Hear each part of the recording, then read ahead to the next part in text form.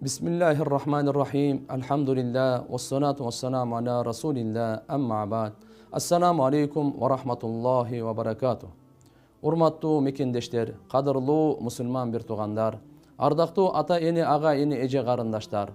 Баарыңыздарга жараткан Алла Тааланын тынчтыгы, саламы, мээрими, ырайымы жана берекеси болсун.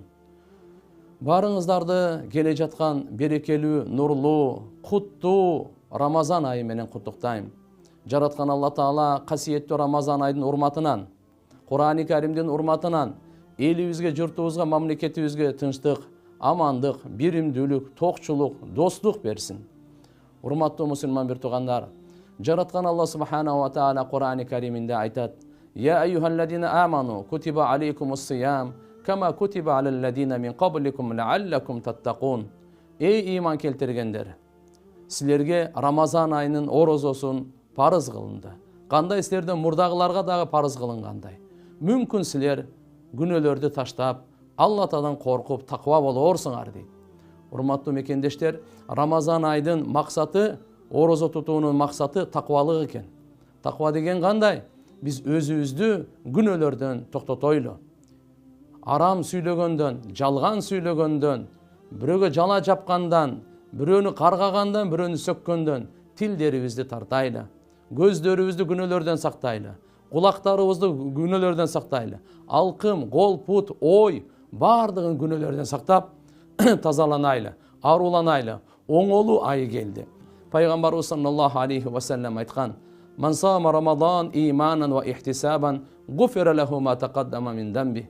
Ким Рамазан айда орозо тутса, иман менен, жараткан Алланын буйругу деп иман келтирип, жана андан үмүт кылып, соопторду үмүт кылып орозо кармаса, анын мурунку бардык күнөөлөрү кечирилет дейт. Бардык күнөөлөрү кечирилет. Мурунку Рамазан айдан ушу Рамазан айга чейин бардык ортодогу күнөөлөр кечирилип кетет экен. Рамазан айдын касиети эбегейсиз. Пайгамбарыбыз айткан: качан Рамазан айы келгенде Алла Субханаху ва Таала буйрук берет экен, бейиштин эшиктерин ачкыла. Бирөөсү дагы аягына чейин жабылбайт экен.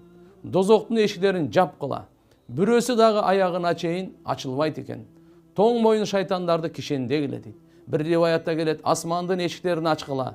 Рахмат, мээримдүүлүктүн эшиктерин ачкыла дейт. Ушундай касиеттүү айда Алла Таала бардык асмандан түшүргөн китептерди Рамазан айда түшүргөн. Таурат, Забур, Инжил, ыйык Кур'ан-ы Каримди Алла Таала Рамазан айда кадыр түндө түшүргөн. Пайгамбар саллаллаху алейхи ва саллям айткан: бул касиеттүү айда бир түн бар, 1000 айдын ибадатынан дагы, сообунан дагы жакшыраак деген кадыр кечеси. Ушул айда акыркы 10 күнү этикаф болот эле. Пайгамбарыбыз адамзаттын эң берешени Рамазан айда дагы берешендүүлүгү, жоомарттыгы күчөйөт эле. Рамазан айда ким орозо кармаса, пайгамбарыбыз айтат: таң аткандан күн батканга чейин ага 70 000 периште дуа кылат экен. 70 000 периште истигфар, ушу бенденин күнөөсү кечирилсин деп дуа кылат экен. Пайгамбарыбыз бир риваятта айтат: ар бир мусулман эркек аялдын саар кеч бир дуасы сөзсүз кабыл болот дейт. Саарлык өзүнчө береке, таравих намазы өзүнчө береке. Бул ыйык айда бир нафил ибадат фарызга тете, фарызга тең боло турган Алла Таалам сооп берет. Ал эми бир фарыздыкы болсо 70 фарызга чейин. Бул айдын алгачкы 10 күнү Алланын мээримдүүлүгү, ортоңку 10 күнү Алланын кечиримдүүлүгү, акыркы 10 күнү дозоктон куткаруусу.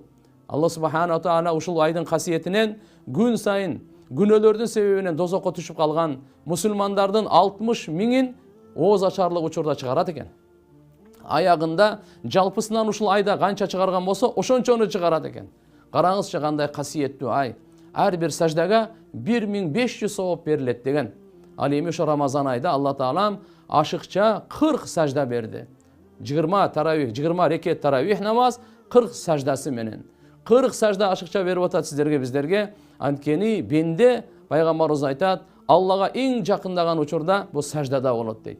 Урматтуу мекендештер, кадырлуу мусулман бир туугандар, келиңиздер ушу Рамазан айда бардык арам ойлорду токтотойлу, жаман мүнөздөрдү токтотойлу, бири-бирибизге болгон жаман күмөндөрдү, жаман каалоолорду, кек сактагандардын баарын токтотойлу. Оңоло турган ай. Пайгамбарыбыз саллаллаху алейхи ва саллям айткан: качан бирөөңөр ушу Рамазан айда орозо тута турган болсоңор, анда ал жаман сөздү сүйлөбөсүн деген. Ызуучу салып кыйкырып бакырбасын деген. Эгерде бирөө жаңжалдашып уруша турган болсо, ал менен анда мен орозомун деп эле айтып койсун деген. Пайгамбарыбыз саллаллаху алейхи ва саллям касиеттүү хадисинде айтат, бардык адам баласынын жакшы иштери өзү үчүн орозодон башка. Орозо мен үчүн дейт Алла Таала. Орозонун сообун мен беремин дейт. Ушундай касиеттүү Рамазан айда келиңиздер туугандар, Кур'ан окуп, жүрөгүбүздү, кабырыбызды нурлайлы. Кур'ан окуп, Алла Таала менен сырдашайлы. Кур'ан окуп, Аллага жакындайлы. Кур'ани Карим жараткан Алла Субхана ва Тааланын бүткүл адамзатка берген шифа китеби, бүткүл адамзатка берген жолдомо хидаят китеби, бүткүл адамзатка берген бактылуу жана эки дүйнөнүн бактысыздыгынан кутулуу китеби. Анткени келиңиздер ушу Кур'ани Каримди окуп, жараткан Алла Субхана ва Таалага жакындайлы. Бул ай сабырдуулуктун айы, сабырдуулукка бериле турган ал бейиш. Бул ай кайрымдуулуктун, камкордуктун, бейбечаралардын курсагын тойгозо турган ай. Пайгамбарыбыз хадисинде айтат, кимде ким орозо туткан кишиге ооз ачтырса, ага жараткан Алла Таала биринчиден күнөөсүн кечирет, экинчиден дозоктун отунан куткарат, үчүнчүдөн канча сооп алса орозо туткан киши, ошончолук соопту Алла Таала буга берет. Сахабалар айтышты, о Алланын элчиси, биз баарыбыз адамдын курсагын тойгозо турган деңгээлде мүмкүнчүлүгүбүз жок бизде.